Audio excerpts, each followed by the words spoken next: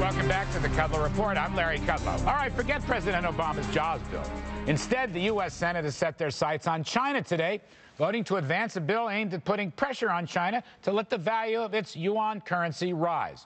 Supporters say the bill will create jobs. Critics warn it could spark a trade war. Here now we bring in Senator Hagan, Democrat from North Carolina. She's a co-sponsor of the China currency bill. Also with us, Chocola, President and CEO of the Club for Growth, which opposes the bill. You know, Senator Hagan, first of all, welcome to the Kudlow Show. And I just want to say to you, I basically agree with your position, okay? I think China has done a million bad things, and I don't want them to get away with it. But what I'm asking you is this. Aren't you worried that import tariffs in this bill would shoot us in the foot and do more harm than good, especially to consumers?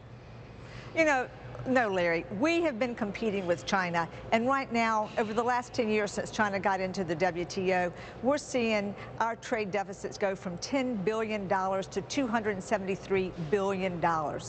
You know, what we're doing right now is competing with them with one hand tied behind our back. Our trade deficit just with China is more than the EU, the OPEC countries, Canada, Mexico, and Japan combined.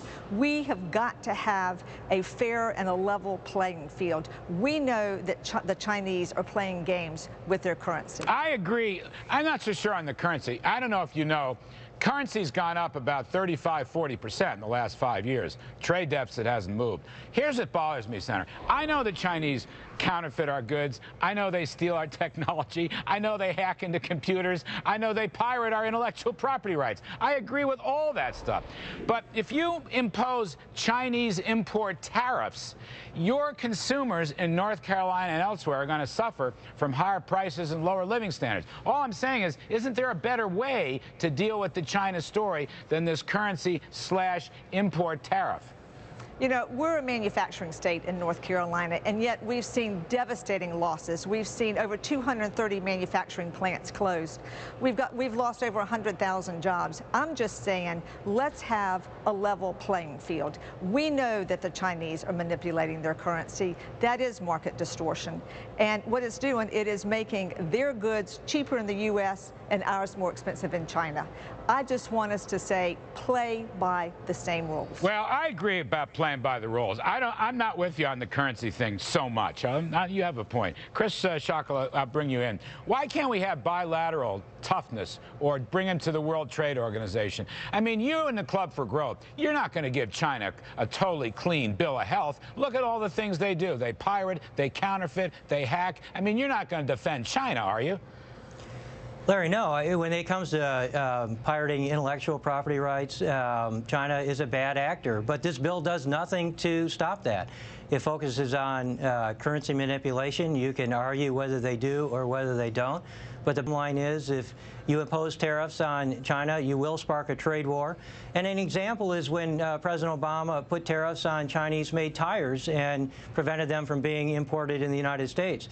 The problem is that China imposed restrictions on poultry products from the United States. North Carolina is a very large poultry producer. Almost $700 million of poultry products were prevented from being exported outside the United States to China because of a tire issue. And so there are unintended consequences to starting a trade war with China. It doesn't get to the root of the bad actors in China when it comes to property rights. And it raises the cost to consumers and to businesses here in the United States because most of the products that we import from China are unfinished goods and raw materials, products that are put into U.S.-made products that you're going to raise the cost of U.S. business. On that direct charge, Senator Hagan, let me ask you about what Chocola just said. Did it do you more harm than good the last time around? This is my point about shooting yourself in the foot, even though the cause may be just. Look, I want us to compete from manufacturing. I want them to buy our poultry. I want them to buy our turkeys. I want them to buy everything that we manufacture in North Carolina. The problem is I want to have those jobs in North Carolina. And in order to manufacture, we've got to have the jobs that are available so that we can compete. And that's why I want to say to the Chinese, stop playing these games. Stop manipulating your currency. Let us look at the fundamentally misaligned currency. And then if we do show that, then the countervailing duties and tariffs will take place. Because right now, what they're doing is they are putting tariffs on our products that we want to sell to China. We need a level playing field. We have a currency chart that shows the yuan rising, and I'll put it up on the screen. But, Senator, let me move on in this conversation.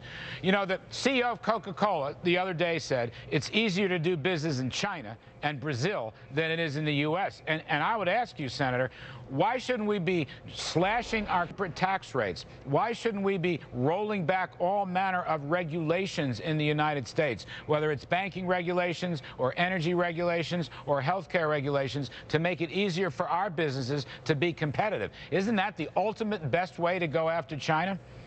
I want you to know that I am a strong supporter of the Bowles-Simpson fiscal report. We've got to have overall a redo of our tax laws. They haven't been redone since the 1980s, and things have changed dramatically. What we've got to do is we've got to close the loopholes, we've got to close the credits, we've got to bring down the corporate rate and the personal rate. That's what we need to do. We need to have comprehensive tax reform. I'm going to give Chris the last word because Senator Hagan sounded like a real strong free market capitalist there, Chris.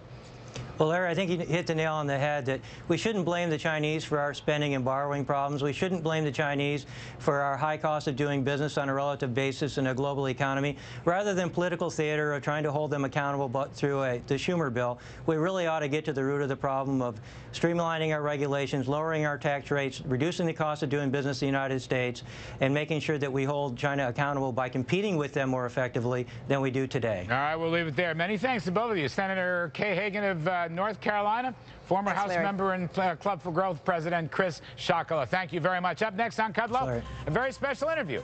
We're going to talk to the